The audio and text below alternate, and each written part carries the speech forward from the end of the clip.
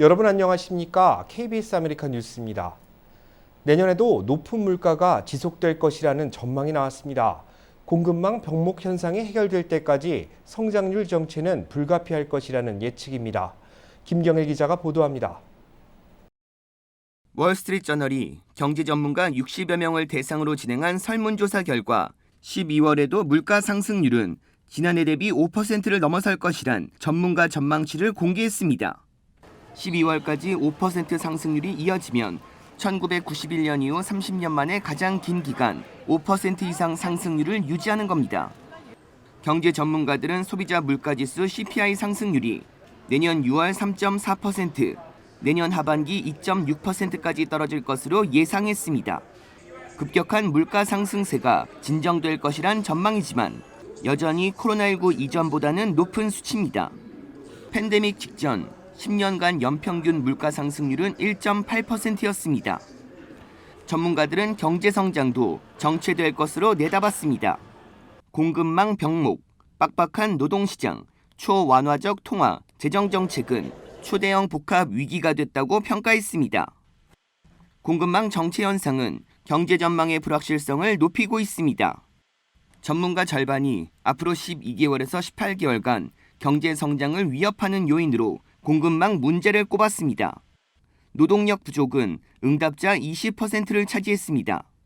공급망 회복은 내년 하반기가 될 것으로 내다본 전문가가 45%를 차지했습니다. 내년 2분기 해소될 것으로 답한 사람은 33.3%였고 2023년으로 본 사람은 15%였습니다. 이는 앞으로 최소 6개월 넘게 공급망 문제가 경제에 영향을 미칠 것이란 의미입니다. 반면 코로나19를 경제 성장의 최대 위협으로 꼽은 응답자는 8.2%에 그쳤습니다. 여기에 트럭 운송업체는 조 바이든 대통령의 백신 접종 의무화를 반대하고 나섰습니다. 백신 접종을 의무화하면 심각한 공급망 병목 현상이 악화될 것이라고 경고했습니다.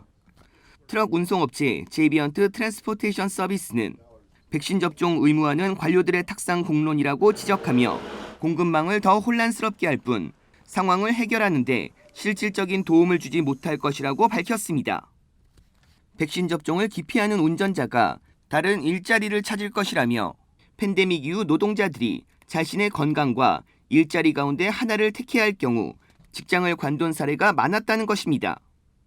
모든 업체들이 직원 부족으로 몸살을 앓고 있는 가운데 트럭 운송업계는 특히 인력난이 심각합니다.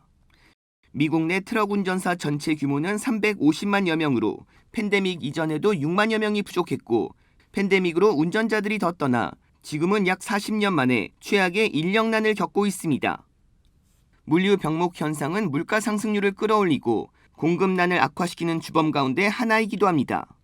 트럭 운송업체들은 2019년 이후 임금을 25% 인상했고 입사 계약 때 $10,000대 보너스를 지급하기도 하고 있습니다. 그러나 일할 사람은 턱없이 부족한 실정입니다. 조 바이든 행정부도 공급망 위기가 길어질 것으로 내다봤습니다. 피트 부티지지 교통장관은 바이든 대통령이 제안한 인프라 투자 계획엔 항만 기반 시설을 위해 170억 달러를 투자하는 방안이 포함됐다며 공급망 문제 해결을 위해 법안이 필요하다고 강조했습니다. KBS 뉴스 김경일입니다.